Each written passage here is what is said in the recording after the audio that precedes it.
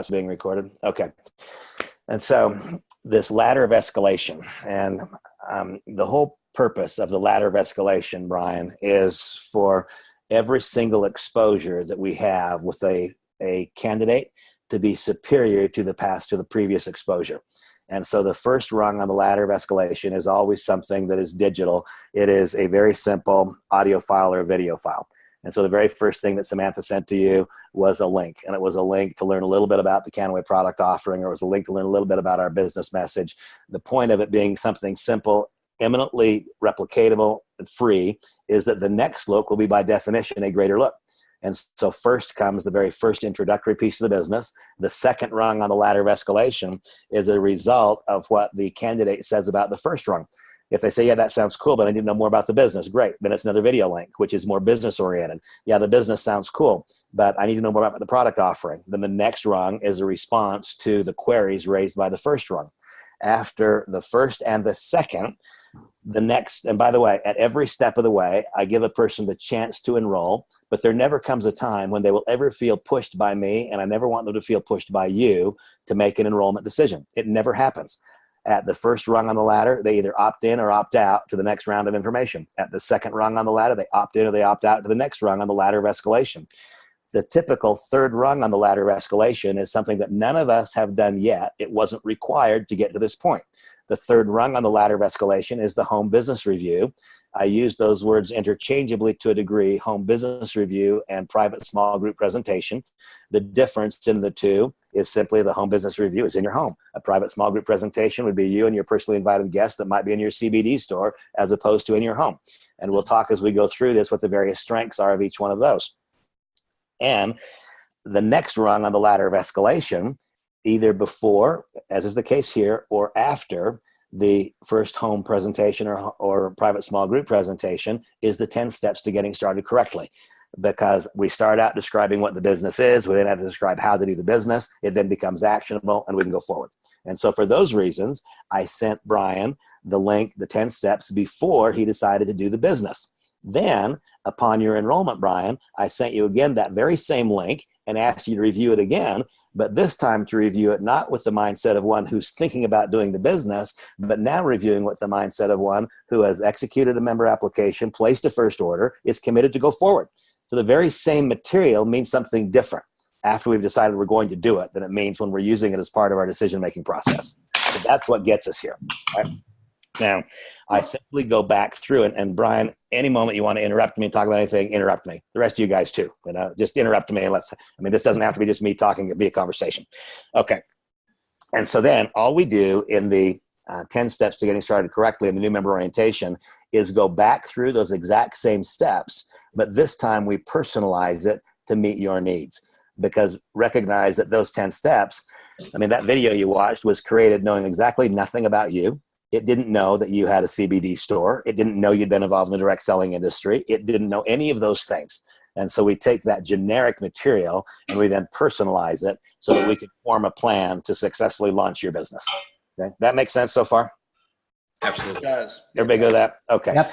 So one real quick question, Randy, with the 10 steps, the 10 steps to doing the business, at what point did you give that to Brian the first time? That was the second link. Okay, there was the first link about what the business is. The second time, the ping pong ball came back across the net, and that led to the 10-step video going across. Okay, I don't say that first, but that's the second one. Right? Okay, all right. And that is so well. That is so well done, Randy. It is just so recognizable and understandable and logical and emotional. It's got all it's really well done. Great. Thank you. Okay. So now, having viewed that, now we go back to step number one. And what I tell people is that every step of the way, if you can help the video, help it. If you can't help the video is able to stand on its own. And so I would like, in your case, Brian, it'll be really easy. And Simonette, by the way, folks, meet Brian's. Now I know she's a lovely wife. Up until now, I just knew she was a wife. Now I know she's a lovely wife. This is Brian's lovely wife, Simonette. So thank you for being with us also, Simonette. Welcome. And so now what we must do is at step number one, it is to become a Kannaway brand ambassador, which you've done. But now, the very moment, because on the video, it doesn't say anything about creating a mental and emotional barrier of exit. And so what I've done is I've intentionally left some parts out so that you become a participant in the program when you do your new member orientation with a new person. And so here I help the video. The video said step number 1 is to become a Kannaway brand ambassador. Now the extension of that, where I would like you to participate, is when you describe to your new member. And by the way, you'll see as I go through new member orientation, I'm teaching you how to do one. At the very same time we're doing your new member orientation, I'm teaching you how to do a new member orientation. And so I would like for you at the conclusion of this session or in the next 24, 48 hours to create for yourself your mental and emotional barrier of exit.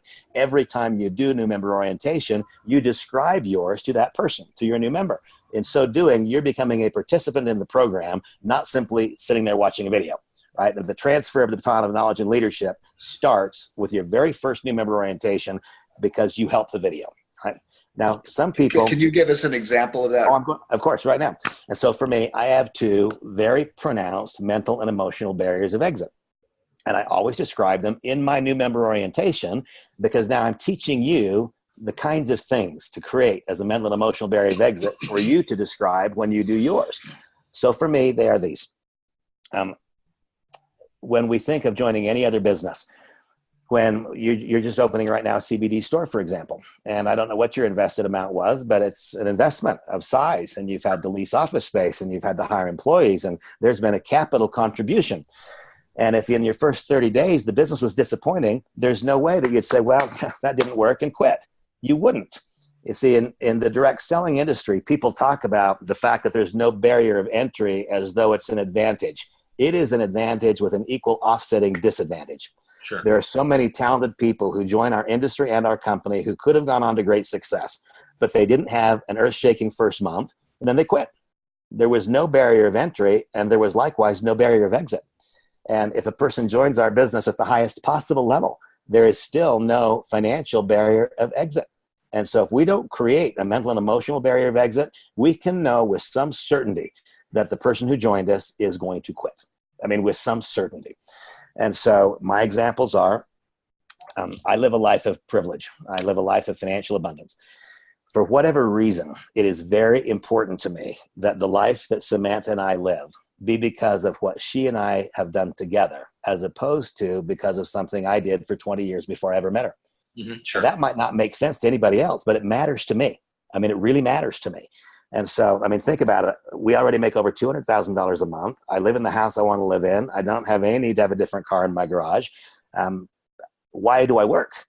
Why do I work? It's because I've got a mental and emotional barrier of exit that keeps me at it. And I stay at it, by the way, at a more pronounced level than almost anybody that I know. So I have 2 mental and emotional barriers of exit. That is the first. I want when the book is all written, when it's done, and the final period is put to it, I want people to think of my success not as Randy Schroeder, but I want them to think of Randy and Samantha. I got dogs too. I'm good at it. Okay? She thinks she's got better. Yeah, I know. And so once again, it doesn't matter if what I just described to you makes sense to you. What matters is that you have something that makes sense to you and that matters, and that it's front and center for you. And I actually have 2. The second one is Glade and Gordon both knew me, not at my worst, but as I was descending into a period of absolute out-of-control drug addiction and alcoholism. They didn't see it at its worst. They saw it when the worst was still to come. But it got really bad. But you know what's the most amazing thing is that I earned more money when I was absolutely crippled in addiction than I've earned any time before or since. And I don't like the person. I don't like that version of me. I'm pretty satisfied with the current version of me. But it's really, really important to me, for whatever reason, that my greatest success come with this version of me, not with that version. So once again, it doesn't matter if those things make sense to you or not, but what matters is that you have something that makes sense to you, that causes you to go forward when you have a disappointment, that causes you to go forward when you're bored, that causes you to the fact is that there are these things that drive me to act. And because I'm driven to act every day, I act. And the greatest reason for my success is the amount of front-end activity that I do. If you do as much front-end activity as I do, it will work for you. And I've got these things that cause that. So step number one is not just to enroll in Kannaway, but is to enroll in Kannaway and create for yourself mental and emotional barriers of exit that are big enough that you take the next step required to succeed, irrespective of what's going on out there. And I hear so many reasons why people don't take the next step, and some of them are big ones. Glade told me of a guy just the other day had a big reason that he couldn't act right now. Many years ago, Gilda Radner passed away, but she used to be a star on Saturday Night Live. And Gilda said in her Rosanna character, she said, if it's not one thing, it's another. Well, I promise you that if it's not one thing, it's another. There will always be some inconvenience to our doing what's required to succeed, and it won't change. And the current thing might change, but the fact that there's something that stands in the way of our success will always be there. That's just part of the human condition. So that is step number one. Step number two is to place an appropriate initial order. And an appropriate initial order, and by the way, for those of you now that are just listening to this and haven't gone through the series of assignments, this is now the third time that Brian has heard this. He watched the video once. When he was considering doing the business, he watched the video once in anticipation of this discussion. He's now hearing it for the third time, right? But if a person hears it one time, it will not get home. If they hear it two times, it probably won't get home. If they hear it three times, it might get home, right? I mean, that's why I do it this way, because I want to take all risks out of the business. I want to eliminate risk. I want to know in advance what the outcome is. And so step number two is designed to create the following mix of initial product orders. When a new person joins the business, it's somewhat predictable that the first handful of people that they enroll have life's experiences that are somewhat similar to their own. And so it's not unusual that the first 7 or 8 people that one enrolls makes the same product purchase that they made. And that's fine. Whether it be the smallest one, the biggest one, not really an issue for me. But when there are 50 participants in the group, if the mix is not 1/3 starter pack, 1/3 junior executive pack, and 1/3 either senior executive or total product experience, then I know that step number two wasn't really done. The default is that if a person joins with the smallest pack, it seems like words they can't express. They can't tell somebody they should join with a total product experience pack if they spent $250 and bought a starter pack. They seem unable to even voice the words. Right. And so what is really important is not what is the order that any individual placed. What's important is what is the goal, what is the financial circumstance, what is the willingness to work, what does proper business building and duplication imply would be an appropriate initial order for each next person. And if step number two is really done correctly, then we'll have about that 1/3, 1/3, 1/3 split. If step number two isn't done correctly, then what we'll have is most people just enrolling others the way that they enrolled. And if they enrolled with the smallest pack, that means we'll have the vast majority of people who are only using 2 or 3 of our products. If they enrolled at a larger pack, that means we might have some people spending money they couldn't afford to place because they got pushed to place an order that wasn't appropriate for them. And so at step number two, it said on the video, I didn't suggest you buy the largest pack. I suggested you acquire the largest pack that is appropriate for you, given your life circumstance, your goals and objectives, and so on. Okay. Now, in your case, Brian, you and Simonette, you acquired the junior executive pack. Perfect. That is great. Had you not acquired that pack, I would now need to teach you the way that you could become Fast Start qualified, since you didn't acquire a Fast Start qualified pack. But you did. And so I don't bother with that. I just go on. I do want to be personally involved in at least your first 3 new member orientations. The first 3 people you enroll, I want to do this with you, just like I'm doing yours, because I want to make sure they get started correctly. And there's nothing in my life experience that suggests to me that a new member does it right the first time. If you hear me do it 3 times, then there's some reason for me to believe that the 4th time, when I'm not there, that it's going to happen somewhat similarly along these lines. Short of that, it almost certainly will not. That's step 2. Step 3, and by the way, any new member, the newest member in our company, could do an effective new member orientation today if they didn't have what I call a responsible sponsor or a knowledgeable sponsor, because they could meet with their new member, they could watch steps numbers 1, 2, and 3, then push pause and simply log into the back office and do the required for those 3 steps. They could then watch step 4, push pause, do the same thing, watch step 5, and so on. It wouldn't be as good because I invite you to participate in the process, not to just play the video, to help the video. And you guys, it'll be easy for you, Brian and Simonette, to do that. Step number 3, it is to understand, and I again now reiterate what's on the video, the basic fundamental value in our business is the smart ship volume that we create. I referenced the fact that there was a time in my life when I was in either a jail, a rehab, or a prison. And during that period of time, made an absolutely remarkable amount of money. That because of the number of people that I had on SmartShip. We tell people, whether the words come out of our mouth or whether they're implied, that they can separate themselves from the generation of income by building a Kannaway organization. That is absolutely not true without SmartShip.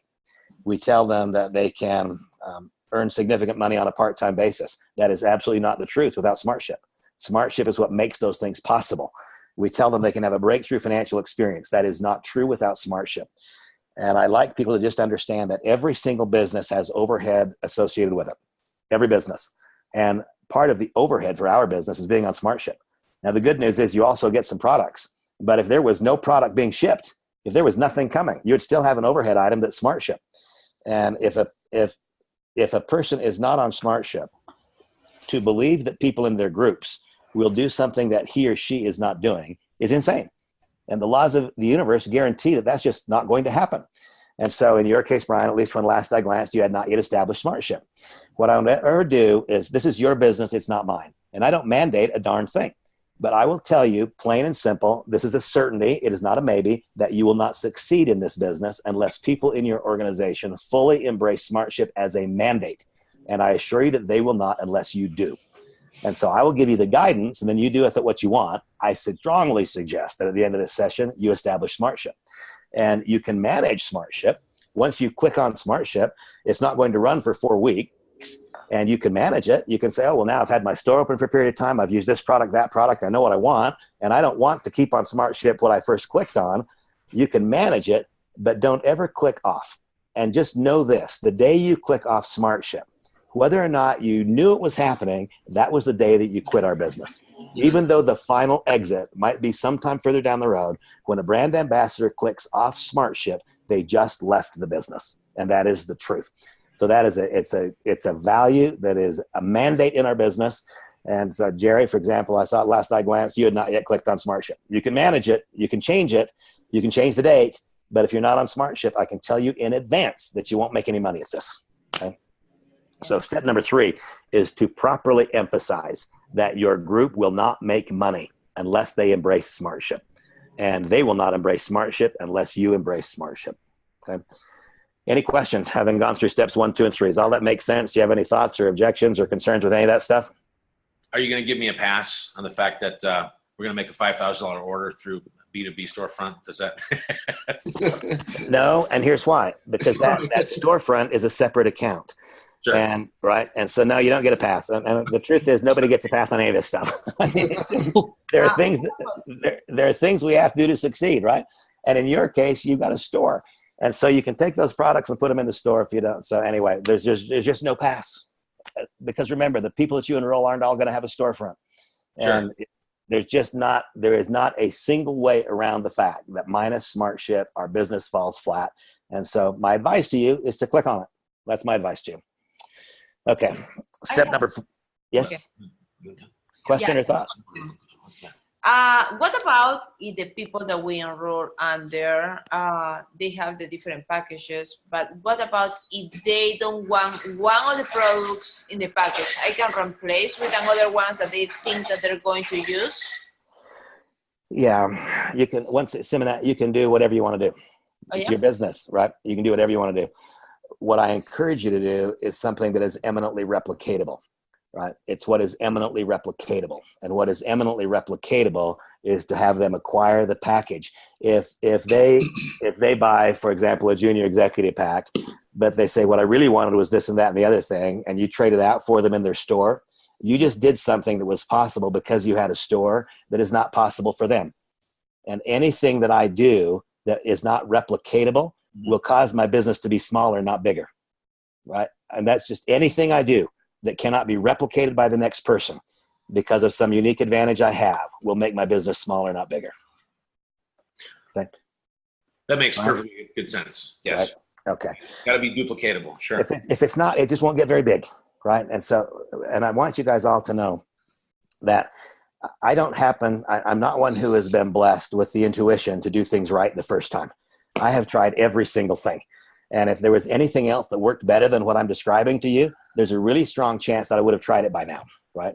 And so I've just found myself constantly funneling back into this very same pattern of activities. What I'm teaching you now is what I've done for the last 29 years with very, very, very little change. There have been increased points of emphasis, and there's been greater discipline to adhere to these processes as I go along. But what I teach you is what I was taught in 1990, and it's worked. Step number 4. This is such a simple thing, but if you want your business to be one where you only have conversations with your members and your prospects about building, well, your members about building the business, then give this simple assignment at step number 4 to chase the rabbit down every single hole. And that just means to click on every link in your back office. They're all there for a reason. There is a reason for each one of those links to be there. And if you give the assignment at step number 4, Brian Simonette, before 48 hours goes by, force yourself to take the time to click every single link. Because if you do, then when a question comes to you that's in the back office, you will know at that moment that your member didn't click all those links. And that gives you a chance. When somebody asks me a question, the answer to which is in the back office, I don't answer the question. I tell them step number 4 is to chase the rabbit in every hole, and there's at least one hole you didn't chase the rabbit. Let me give you a suggestion of the link that you might go watch. Because I don't want to be a customer service agent, and I don't want you to be a customer service agent. The reason that I respond to almost no questions, I don't get questions that are customer service related, is because I do a proper job in the new member orientation of giving you an assignment, click every single link. And so now I'd be a little bit surprised, Glade, Gordon, John, I'd be a little bit surprised if you guys, network marketing professionals, I'd be a little surprised to find out that you've clicked every link in the back office. If you have, you're an anomaly, because that's not what people do. And then they don't click, they don't get the easy, obvious answers. And then they call me with a question that was in the back office, right? And so then I'm a customer service agent. Yep. Customer service agents get paid $12 an hour, right? My time and your time is worth more than that. Okay. Step number 5. This one's really, really important. I don't believe every step is important. If we're climbing a ladder and we skip one rung on the ladder, we might successfully scale the ladder. If we skip 2 rungs, we probably will fall. If we skip 3 rungs, we're going to fall. And what I do is I just take all the risk out. If I step on every rung, then I'm going to get to the top of the ladder. Step number 5, however, I place more emphasis than I do on some of the others. We all have what I refer to as a belief bucket. And the reason that this business is easy for me, I think that it never really looks to somebody else like I'm working, and it never really feels to me like I'm working, because I believe in what I'm doing. And because that's so, it's effervescent, it's automatic, it's effortless, and it just happens. If a person's belief is below a certain threshold, then it's no longer effervescent, then it's laborious.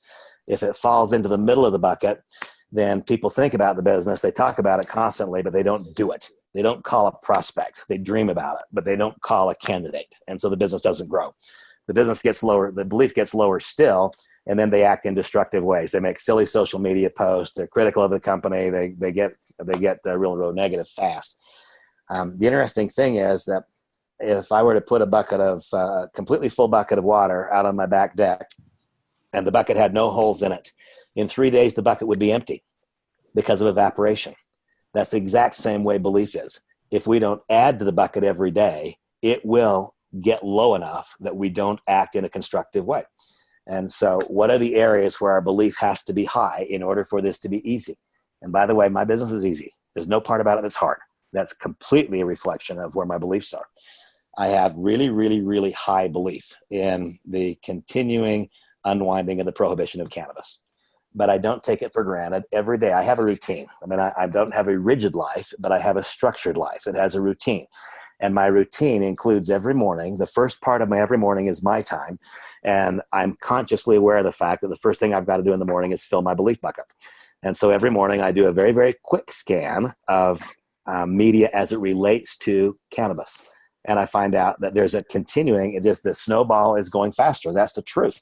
But every day I revalidate that in my head. So I've got a strong belief in the ongoing end of the prohibition of cannabis. Randy, quick question. Where do you find that information, that up-to-date information on just cannabis? Because I've done so many Google searches for 2.5 years, Google knows me. And so every morning they show up there automatically. So the way for you to get there is every day, just go in and Google cannabis laws in cannabis and just see what's going on. Cannabis changes in cannabis laws and rules any place, and you'll see this steady unwinding of the prohibition of cannabis. And again, because I've done so many searches for the last 2.5 years, Google knows what I look for in the morning, and it's already there for me. It's become automatic. I don't have to look anymore. But in the beginning, I had to look. Okay, the next thing that I do is I need to feel like I'm involved in more than a business in order for me to be emotionally attached to it. And so every morning I review at least one video, either off of the echoconnection.org page where I watch a child who's been benefited by what we offer, or I go to a generic source on YouTube and I watch someone with terrible tremors with Parkinsonism and I see CBD flatten it out. I do something every day to revalidate in my mind that what we're doing is important, that it is more than, it's an income model, but it's an income model that is validated because we're doing things for people. I do that every day. And this, by the way, this whole routine that I'm talking about typically takes less than 25 minutes. The next thing where my area of belief is higher than almost anyone else's is in our specific compensation mechanism. See, I know what most people don't know. I know that if a person builds a business in Kannaway, they'll make more money than if they built a direct selling organization any other way. I know that in any other company.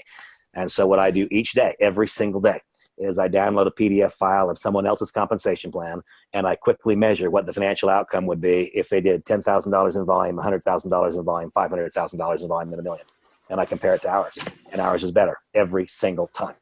That takes me a matter of minutes, but I'm obviously going to feel differently about our business because I've done that than if I had not, won't I? That's just very, very obvious. The next thing is before I have interaction with anybody, I want to be vibrating at my highest level. I'm a happy person. But whatever might have crept into my psyche overnight, I want to eradicate if it's not 1,000% positive. And so literally every day I watch something that brings me to a very, very high emotional point early in the day. And it'll be something different for you, Brian, than it is for me. But for example, I've probably watched the 1973 Belmont Stakes. I probably watched it more than 1,000 times. I've just watched it so many times. That is the single greatest performance by a thoroughbred racehorse in history. I mean, Secretariat won that race by so far. He set a record that's never been equaled. And even if you don't care anything about horse racing, if you were to, after this, watch the 1973 Belmont Stakes on YouTube, I guarantee you that your energy level, that everything about the way you feel will be heightened. It'll be better. And another example, I am a horse racing fan. And so I watched, there's a mare named Zenyatta that won 19 races in a row. No racehorse has ever won 19 in a row. And Zenyatta always ran from behind. She always came from the back of the pack. And she won 19 times in a row. That particular video clip is 9 minutes and 38 seconds long. And in 9 minutes and 38 seconds, I can get here, right here, bang. And so I do that every day. So at step number 5, what I do is I build belief every day in our company's compensation mechanism. I build belief in our product offering. I build belief in our industry itself. And I build belief in me. I do those things every day. It takes me less than 20 minutes. But Gordon, in 20 minutes, I'm vibrating at a higher pitch than is my candidate. And if I'm vibrating at a higher pitch than is my candidate, then I get the outcome I want. If I'm not vibrating at a higher pitch than my candidate is, then I might not. Now, let me ask you a question. Is there a single thing that I've described up until now that takes any talent whatsoever? No. Is there anything I've described up until now that takes any skill whatsoever? No. The only requirement to do what I've done up until now is willingness. If people are willing to do these things, nothing whatsoever to do with talent, with skill, with past background, it is willingness only. If a person is willing to do these things, all the way through. If I were to single out a word, it'd be discipline, and like Jim Rohn says, discipline is the bridge between our thoughts and accomplishment. So that's right. Simple little things repeated every day. That's right. And the things that I'm describing to you are easy, not hard. And by the way, these are all things that will positively influence every other part of your life. Every single part of your life will be positively influenced by doing these things. Okay, Randy, one quick question. How do you spell Zimbata? What is that? Z-I-M-B-A-T-A? Zenyatta, Z-E-N-Y-A-T-T-A, Zenyatta. Go to YouTube and just put in Zenyatta. And then watch there'll be a clip there that says Zenyatta, greatest racehorse of all time. And there's a collage of her 19 wins. And it is, if you watch that after this, it's just, no matter where you started, it just will elevate you. And I can do the same thing by watching Jack Nicklaus's 10 greatest all-time shots, by watching Michael Jordan's buzzer beaters, by watching Larry Jordan's passes. anything that is exceptional, that is just absolutely exceptional, when I watch anyone or anything do something that is exceptional, then that gets me here. And I mean, Gordon, because I really do that every day, isn't it logical that my interactions with people will be different than people who don't do that? Other people get up and they watch Fox News and CNN and they get angry. You know? Instead of watching Fox News and CNN and getting angry, I'm doing something that gets me up here. And so, of course, my outcomes are different.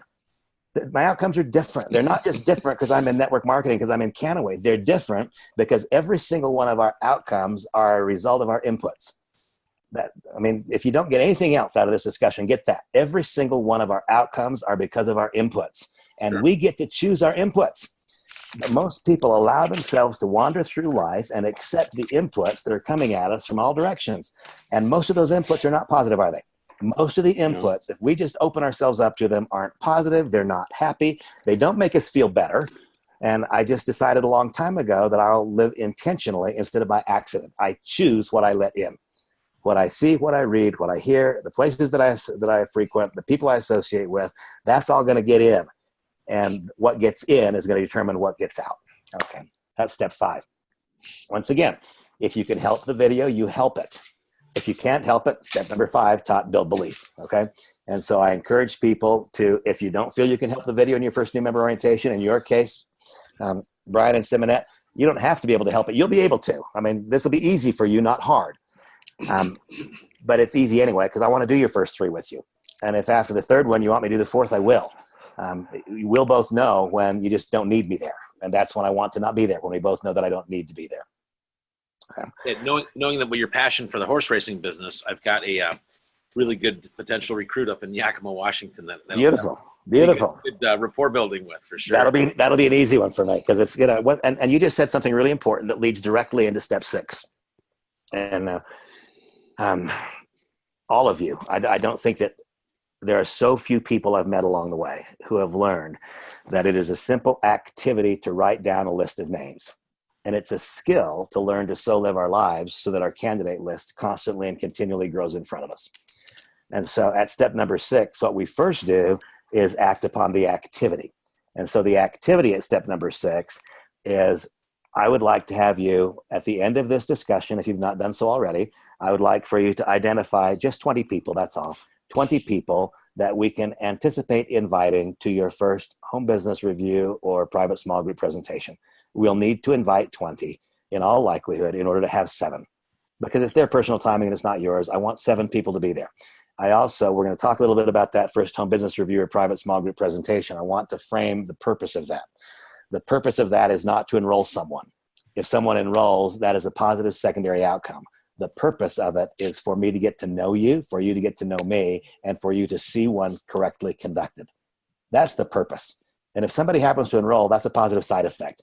And for you guys that have been around the industry for a long time, people make a wrong expectation of their first home business presentation. They're expecting to sponsor people, and they mostly don't. And so they feel like a failure. When instead of that, the primary purpose is to experience it. Then it's a success. And if we happen to sponsor somebody, that's a positive side effect of the successful experience. And if the first experience is a successful one, then I can reasonably expect we'll have a second one. But if the first experience feels like a failure, there's no reason for me to believe we'll have a second one. And that has everything to do with the way that we framed the discussion. It's about doing it and experiencing it and seeing it how it is to be done. So at step number 6, the activity, the simple activity is to identify a handful of people that we can together invite to come to that first presentation. That's all. That's an activity. It's not a it's an action. It's not a skill. So here comes the skill part. In your case, Brian and Simonette, I mean, because of your background and so on, you will have access to quite a few people before you find yourself saying, now where?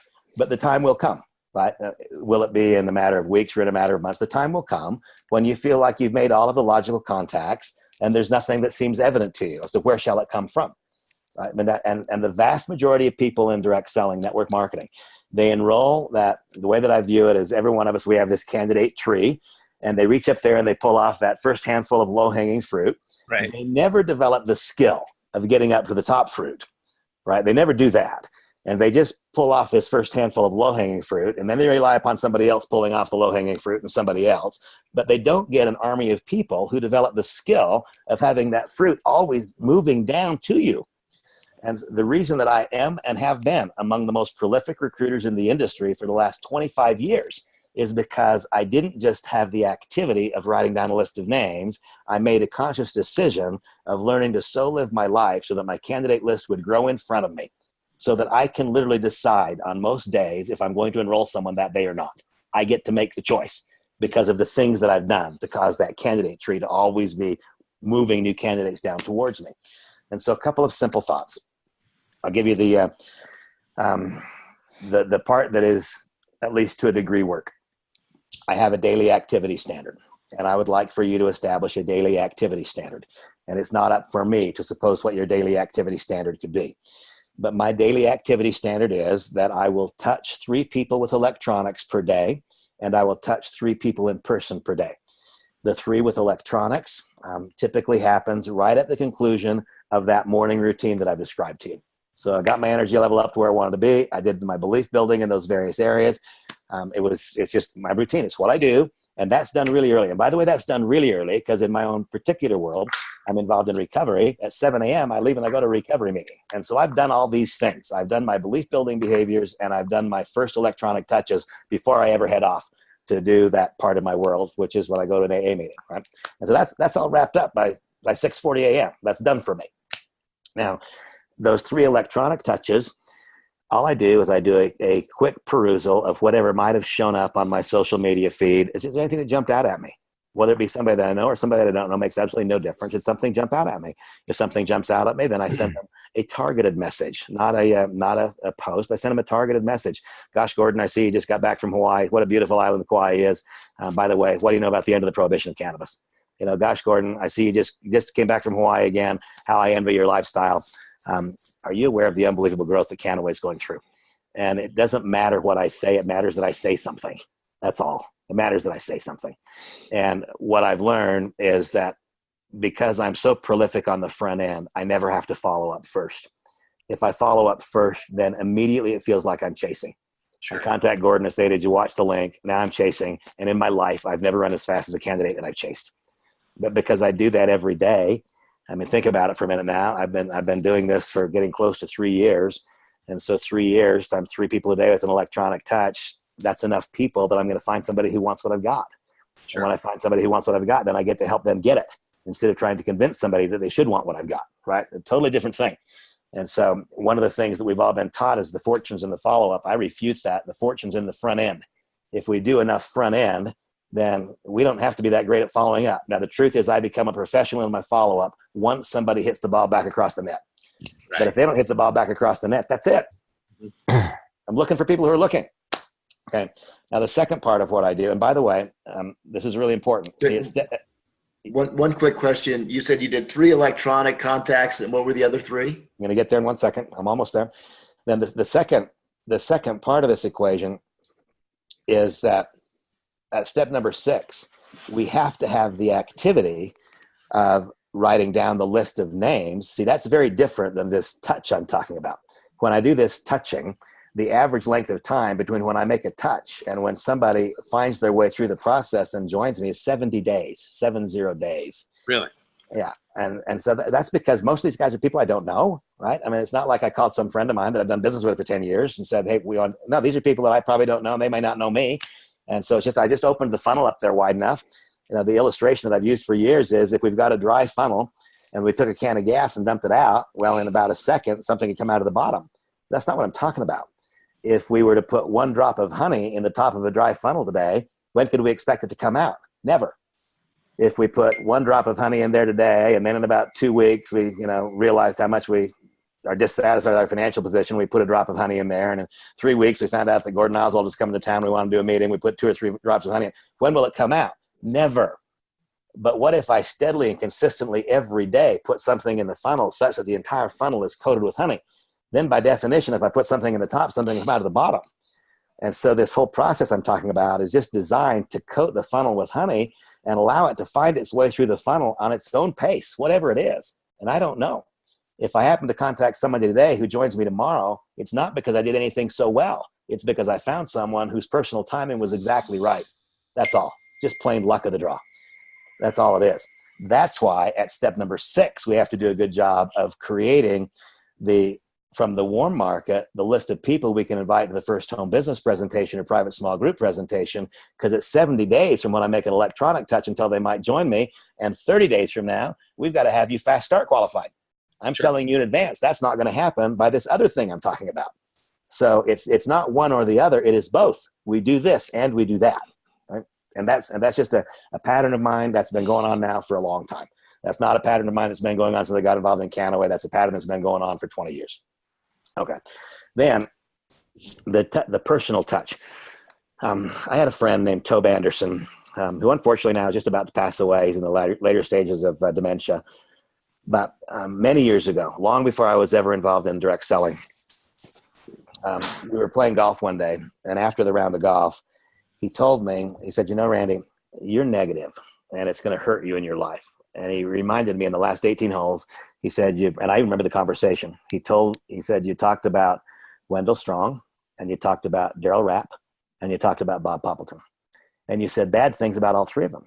And it makes me wonder what you say about me when I'm not with you. And right. I promise you, that's going to hurt you in your life. What you've got to do is become impervious to the poor behaviors or what you perceive to be poor behaviors of other people. What you have to do instead is become alert to the good things, the kind things, the loving things, the wonderful things that other people do, and be completely ignoring of whatever else that you might think they're doing that's not right. He said, if that happens, your life will change. And he gave me an assignment, and he handed me a book called The 1 Minute Manager. And then he highlighted for me the pages where it was talking about a different concept. It was a management environment, but he said, catch people doing something right and compliment them. And he challenged me way back then to become completely unaware of what I consider to be poor behaviors of other people, but to instead be consciously aware of the good things that people do. And so long before I was in network marketing, I started working towards that. Today, I don't think I'm a negative person anymore. Today, I tend not to note the challenging behaviors of others or what I think might be incorrect. I wait until I see some people doing something right. And it happens every day because that's what I'm looking for. If that's what you're looking for, people do wonderful things all day, every day. And when that's what I see, then I thank them. I say, wow, Brian, thank you. That was really kind of you. And at that point in time, I hand them a travel salve. And when I'm handing a travel salve, it doesn't have on it my telephone number. I don't give them a business card. I don't ask for their phone number. At that very moment, that completely invalidated everything. I just hand them a travel salve. Thank you. That was really good service. And you're a kind person. And by the way, my name is Randy Schroeder. That's it. That's what I do. And I do that 3 times a day. I do that 3 times a day, every day. Mm-hmm. But I think that flavors my entire life experience. And what I found is that finds its way home to me. And so I touch 6 people a day. And it's that simple pattern of touching 6 people a day, 3 electronically, 3 in person. That's what I do. Now, there's another part to this. People get involved in network marketing, and some people would not enjoy what I just described. Some people say, well, Randy, that's just you, and that's not me. Okay, fine. One of the things that I see people do that is a great mistake is they get involved in this business, most frequently on a part-time basis. They have limited time to put into it. I told you, if you can find me 15 dedicated hours per week, I don't have anything more for you to do. I mean, you can be as productive as you could be if you give me 100 hours a week, I couldn't tell you what to do with the other 85, right? You give me 15 directed hours and there's no limitation until you have a group to support, right?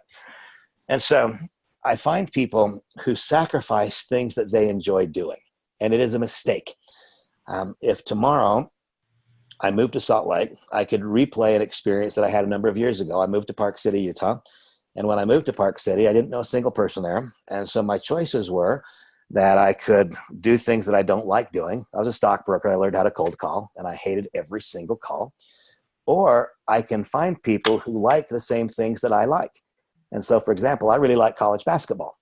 And so my choice at that time was not to do things I don't like, but it was to join the Crimson Club at the University of Utah and buy season tickets and go watch a season of college basketball. And after a season of college basketball, then instead of flying to the tournament, then I rode on the bus to the tournament. And, after one season, I had a couple of 100 new friends, people who had a shared interest with me.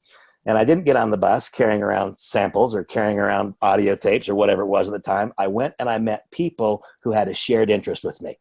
And if I meet people with whom I have a shared interest, then it becomes really easy to become friends. And as it becomes easy to become friends, then before long, they ask me what I do for a living. Right? So my way of doing this is a way that just blends into my life. The reason it doesn't look like I work is because I just live. I just live. And I live doing the things that I like to do with a long view, not a short view. I do the things required to get the numbers on the board quickly, but I have a long view, not a short view, and I just live. And so tomorrow, you could take me any place in the US of A, and I could build a circle of influence in one college football season and one college basketball season. I could build an entire circle of influence as it works out. For years, I bowled in a men's scratch bowling league. I could go anywhere in the United States. I could join a men's scratch bowling league. I could have fun for a season and have an entire circle of influence. And so when I find people, when they struggle in this business, it is because they have not learned how to live their lives in a way that causes a circle of influence to constantly grow in front of them. And all I do is more of what I enjoy doing. That's why it doesn't look to others like I'm working, and it doesn't feel to me like I'm working. Because instead of sacrificing things that I love, I do more of things that I love. And in so doing, meet like-minded people. That makes sense, does it not? You did a great job. Yes. And why people struggle at this is insane to me. So you don't have to struggle. That's my message here. So step number 6 is to first identify that group of candidates that we can invite to your first home business review or private small group presentation, so that we can successfully know that it's an automatic, that we don't even have any second thoughts or doubts about fast start qualification, that we just get done. But it's to then establish a pattern so that we know that 70 days from now, you're not wondering who you're going to call. Or whenever the period is that you feel like you've exhausted this most immediately available to you circle of influence, at that point in time, if we have lived right and done these simple things I'm describing to you, they will have been completely replaced by a new group of candidates. You'll never, ever feel like there's nowhere to go. I don't pay-per-click. I don't advertise. I do none of that stuff. And there's nothing that I do that costs money. There's nothing I do that everyone else could not do. That is step 6. Now, many years ago, a guy named Nathan Ricks told me that the single most important skill that I could develop to succeed in the business was the skill of learning how to invite. Today, I've decided that there are 4 skills that are of equal importance. There's not one of the 4 that is of greater importance. And the first skill is to learn how to grow a candidate list. I constantly meet people who tell me, well, I'm not a prolific recruiter. That's what they said. What I heard them say is, I never learned how to grow a candidate list. Because if I learn how to grow a candidate list, it's easy to be a prolific recruiter, right? So they don't know the problem. If you don't know the problem, then you can't work on the solution. The problem is that they have not learned how to grow a candidate list. You learn how to grow the candidate list, and then the next thing becomes a pretty easy step.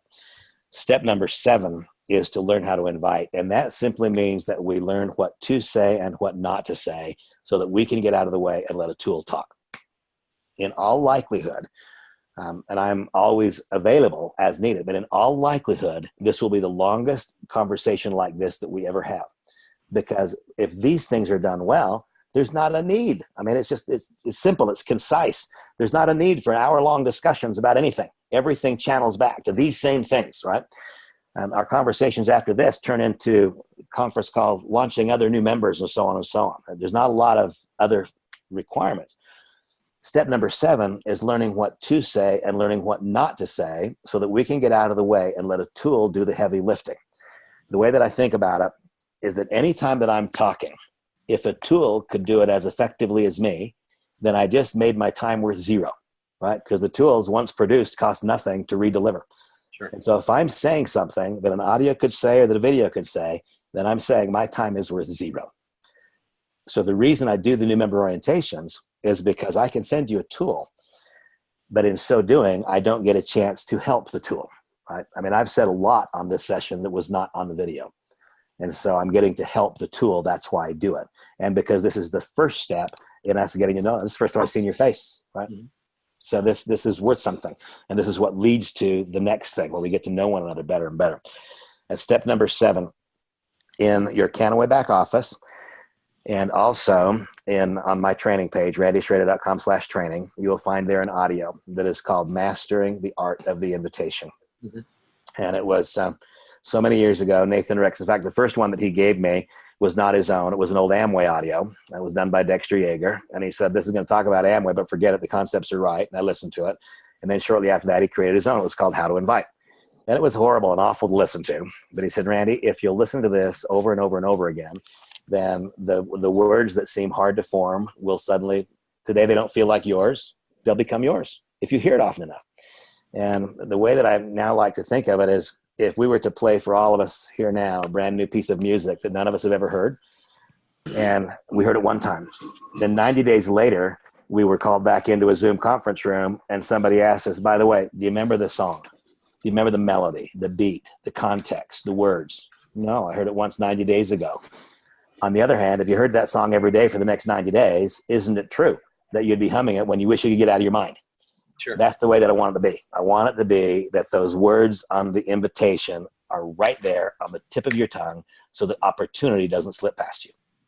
One of the reasons for my extreme effectiveness in enrolling is because these fleeting moments of opportunity that pop up in front of me every day, they pop up in front of everybody else every day too, but they don't know at that moment how to act upon it. And I do. That's the difference in my outcome and their outcome.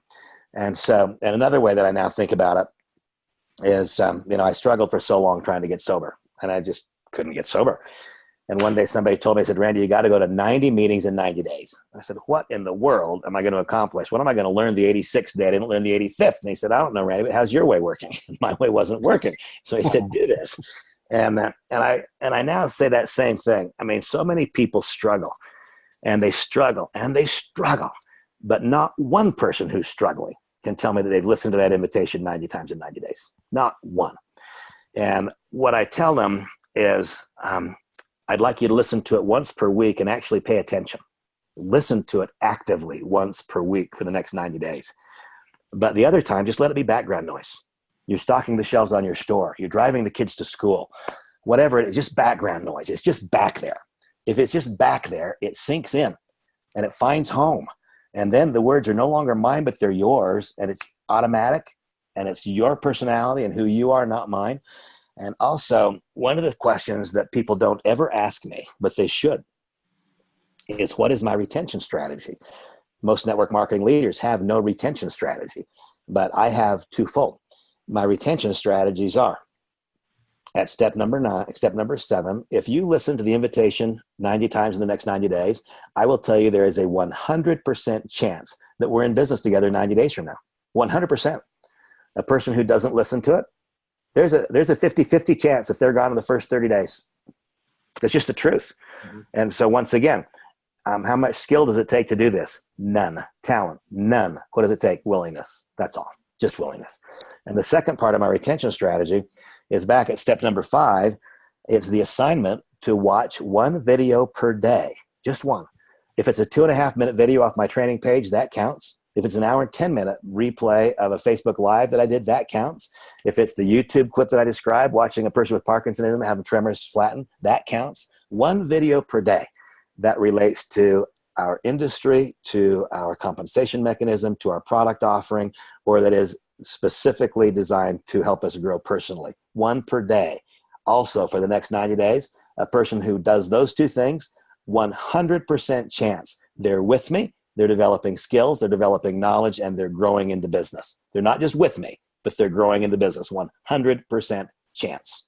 Willingness is all it takes.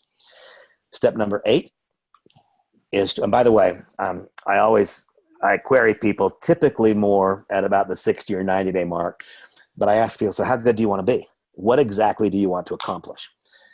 I decided for myself a long time ago, I no longer compare myself to anybody else in the industry or anybody else in anything. I learned that that's a lose. If I'm comparing myself to anybody else, then I either think I'm better than them or I think I'm not as good as them. Neither one of those are healthy thoughts.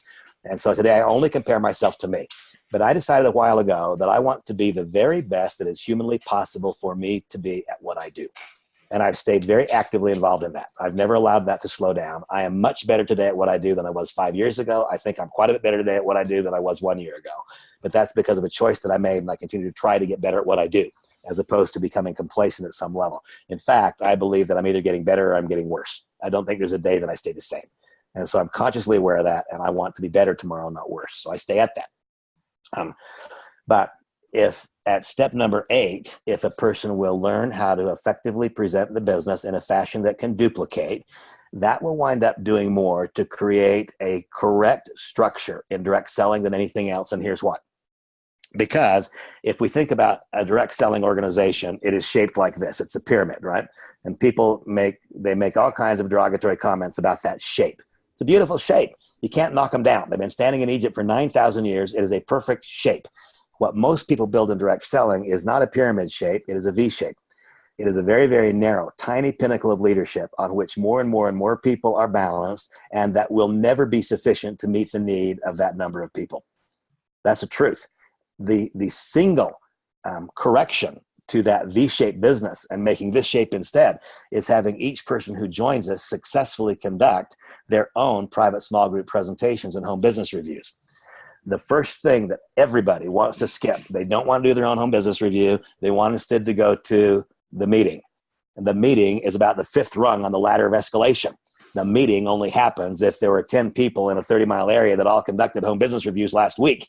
So there's now this bunch of people that are filling towards the meeting. And then they go to the meeting and they sit there with one prospect, or they sit there without a prospect and they feel fine. And let me ask you this.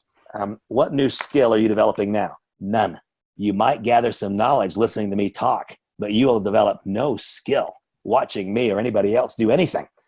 When people develop a skill is when they do it. Cicero said the skill to do comes from the doing. He didn't say the skill to do comes from the listening. We gather knowledge by listening, but we only develop skill by doing. And the primary leadership development factory of our whole industry is the home business review, period. And so when a person opens their home and they do home business reviews, then when the candidate who came to a home business review, when they see that's what they did, then they logically open their home and do a home business review. When there's no home business review, you short circuit the whole thing in the matter of the first 2 weeks. And so the way that I propose to teach a new person how to present the business in a fashion that can duplicate is by doing it with them. And that's why I volunteered. You didn't have to ask me if I'll come to Tucson to help you. I volunteered. If you want me to come to Tucson, I'll come to Tucson. And it is my obligation as a responsible sponsor. And so now I'll tell you that it's yours, and Gordon, it's yours, and Glade, it's yours, and John, it's yours, and Jerry, it's yours. It is your obligation as a responsible sponsor to be not just willing, but eager to be in your new member's home 2 times in the first 4 weeks they're in the business. And if we don't do that, we have absolutely no reason to expect them to succeed. There's no reason. There's no reason to believe that that process will take root. And so going once again to the training page, and by the way, I want to emphasize something here. In the industry, most people the industry of direct selling, most people that would be my peer in terms of past success or current success have kind of morphed into the business of selling tools to people. I don't have a single tool to sell you.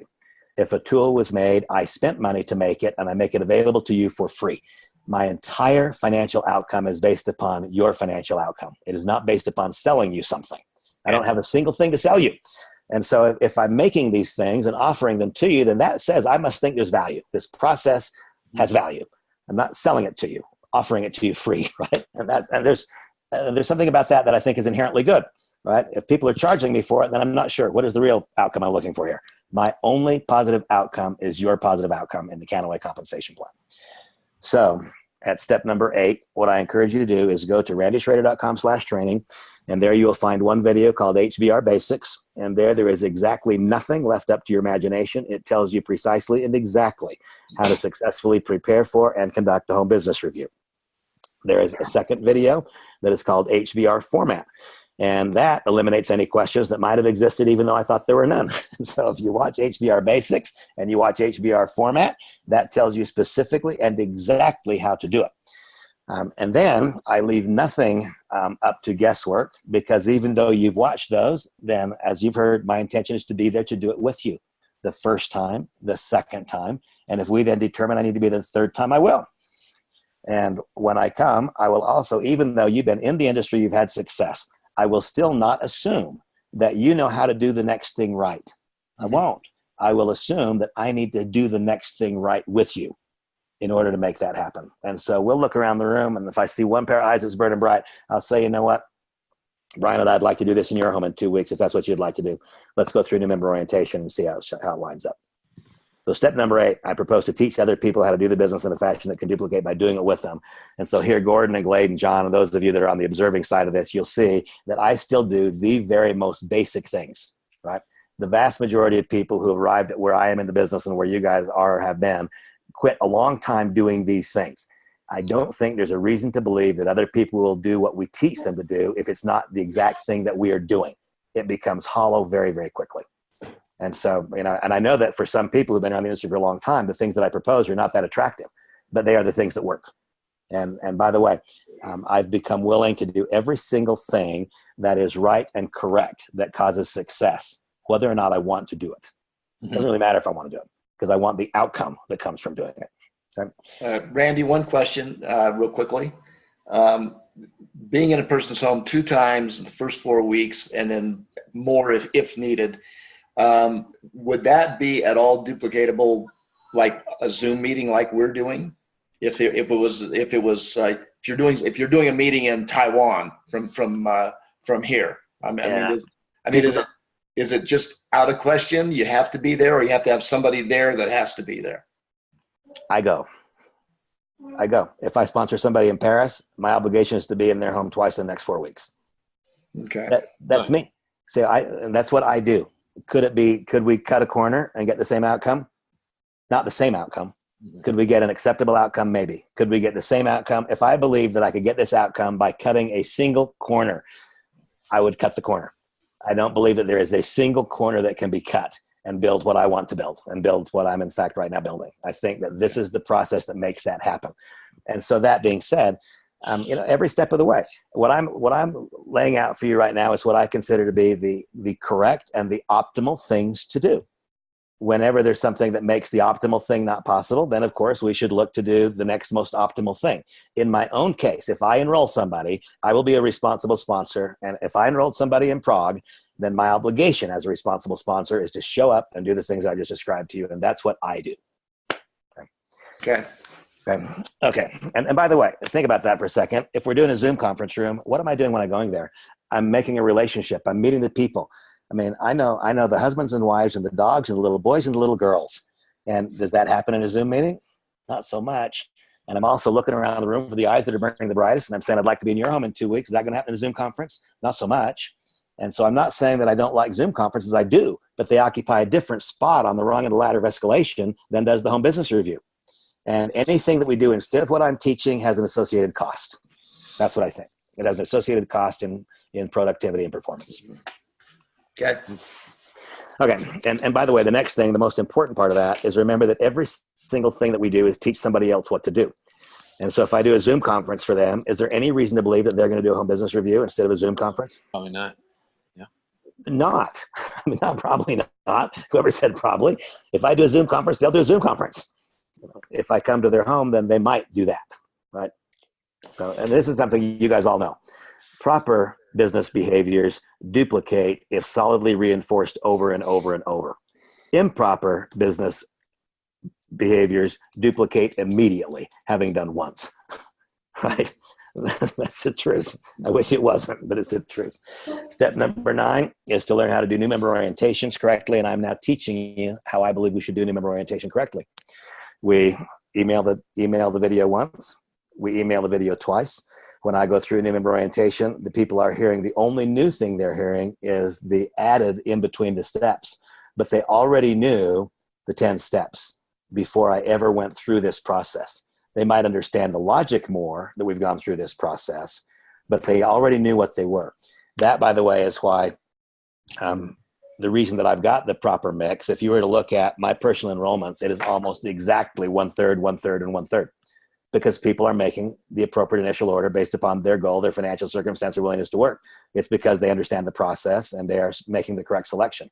Not one person's ever heard me push them to make an order that was larger than it should have been, because I don't do that.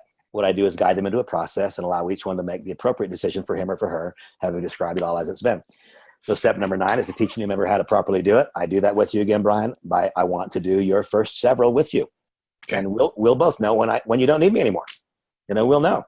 Is it after 2? Is it after 3? But we'll know when you don't need me anymore. and that's when I will no longer be there.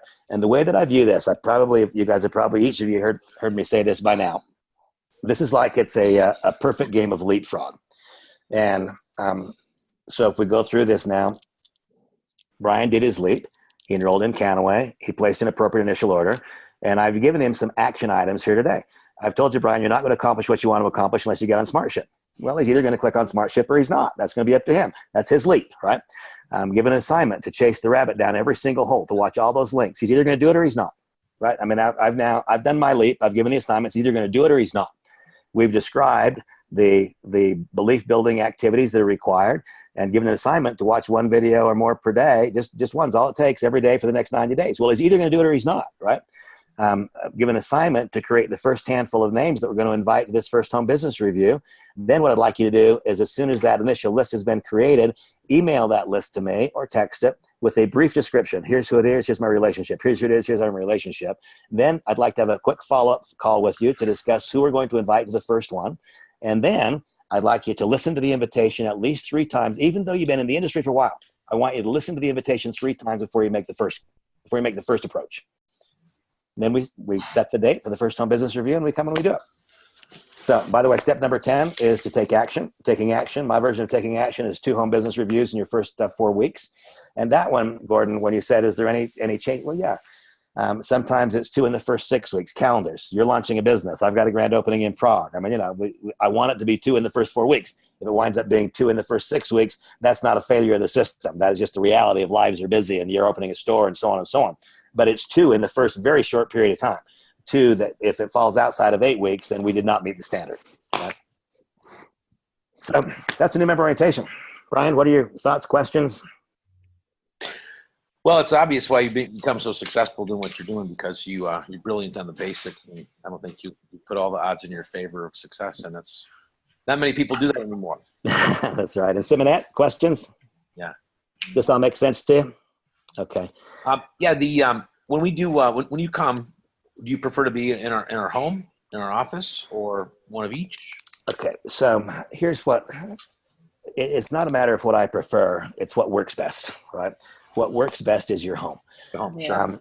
It just works best. If you come to my home, like I can present myself however I want to on a stage. I can present myself however I want to here. If you guys come to my home, you know me in a few minutes. You really do. You walk into my home and you kind of know me. And the energy that's there is not something that can be faked. You know, when you walk into my home, you feel like you've walked into a sanctuary. There's peace there. There's love. You walk in and it's like, oh, this is okay. You know, and after you get past the goats. Yeah, well, I've got goats, you know. the goats, you know, and I actually show people the goats. But anyway, it's not, and I can tell already just, you know, looking at your background, you've got a lovely home. But you know what, it's sometimes I have people say, well, oh my gosh, Randy, of course you want people to come to your home because you've got this really nice home. No, I've done this successfully in the Philippines and, you know, with one cord hanging down from the ceiling and one light bulb. The thing that makes it necessary, it's got to be tidy, it's got to be neat, and it's got to be obvious love in it. When those things are there, then the home is the best place to illustrate our business. If those things aren't there, then the home is not the best place. But the home is best because if we had the business presentation anywhere else, there is a certain correct business intimacy. When I invite someone into this business, I'm inviting them into my life and me into their life. That's what's happening. And that happens more readily and more naturally in a home than any place else. And the home business review is the primary leadership development factory of this entire industry. It always has been. It will never change. And with the advent of technology, people have tried to, they've just chosen to eliminate that at their great peril, because the result is they don't build the kind of relationships that become cohesive and that stick together over time. Randy, if you're going to invite somebody to your house, do you ever say, hey, why don't you bring some friends along? Or do you just want to speak with them? Oh, you know, I don't say that, because if they're inviting a friend along, then that friend is going to show up having seen nothing, right? Mm-hmm. I only want to talk to people who want to talk to me. Okay. And so a person's already had the first rung on the ladder, probably the second. They've watched one video. That first video led to a question. They watched a second video. They're here because they want to be there. Mm-hmm. If they bring a friend along who knew nothing, then there's a 50-50 chance that friend doesn't want to be there. And if I've got 7 people in the room and one doesn't want to be there, that ruined the experience for the 7 who do. We do, right? So no, I don't want that to happen. Okay. I want people to be there who are there on purpose and know why they're there. If you want to make this job hard, have people be in the room that don't know why they're there. And all of a sudden you got at it, that's just a whole different dynamic. Well, you don't want to go back to the old days, the old Amway days where they don't tell you what it is until a half hour into the presentation. Yeah. And doing what I do, this is the simple thought I've got. I only want to talk to people who want to talk to me, and I only want you to talk to people who want to talk to you. And that's why I go through this winnowing process and this step-by-step process, because it absolutely guarantees that I'll never have an unfriendly face in the crowd. They're there on purpose, right? Mm-hmm. Okay. Is it? Go ahead, Jerry. I'm sorry. No, that's okay. I get it. Thanks. And after all the years you guys have been around this business, is it pretty safe to say that due to the nature of the trend and the momentum that we're in with CBD, that it affords us maybe a little bit of margin for error, especially in dealing with newer people? Yeah, I'll tell you the truth. You don't have to do any of what I've talked about very well to succeed in this right now. Mm-hmm. You don't. In fact, this is true of my whole career, not just of this moment. I've never met a single person who's done what I've described, but done it poorly and therefore failed, ever. I've met countless people who've treated it like a buffet line. Well, I'll try that and I'll try that, but I'm going to pass on that. And, it's not about doing any of it well. It's about doing enough of the fundamentally correct things as poorly as you want to do them. And then true enough, Cicero said the skill to do comes from the doing. If we do the right things often enough, before long, we'll do the right things well. But it's when we choose to skip this rung on the ladder, we skip that, we do it this way. Just that simple thing like Jerry just said. Just that simple thing outside my path, inviting somebody to bring a few friends over. Now I've got 3 people in the room who have no clue why they're there, and it changes everything, right? It changes everything. So every single thing, I want you guys all to know this for certainty. Everything that I do on purpose. There's none of it is by happenstance. None of it is for out of reason. And none of it is it's all because I tried that and it didn't work. I tried that and it didn't work. And it's been a constant winnowing process to get closer and closer to what I call the center line. Okay. All that makes sense to you? Yes. Very good. So Brian, what I ask of you is if you just create that short-term, that very first group of names, send that over to me. I'd like to have a brief conversation with you, talk a little bit about what the interaction will be and what the first steps on the rung of ladder of escalation will be. You describe the relationship. I'll describe which tool I propose that you send based on who they are. And once again, there's not a wrong, but there will just be a little bit more correct. And that'll be a very short follow-up conversation. Then we just work towards and not short because I don't have time for you. I mean, I'm your personal enroller. Whenever I'm someone's personal enroller, when I said yes to that, that meant that I said yes to offering as much time to you as was required to help you get out of this what you want to get out of it. Okay? And so that's an ongoing process, not a short-term one. So that said, guys, unless there are questions, that is what I go through in a new member orientation. And what I'd propose, something very similar to that, should be done with every single new Kannaway brand ambassador that joins our groups. And that's what creates what we're looking for. Great. Thank you. Fair enough? Okay. Uh-huh. Thanks, everybody. Okay. Thank you. Thanks a lot, Randy. That was fantastic. We'll talk to you soon. Thanks, Okay. man. Good to meet you. Good to meet Look all forward you to seeing guys. you in person. Bye-bye. Okay. All right. Take care.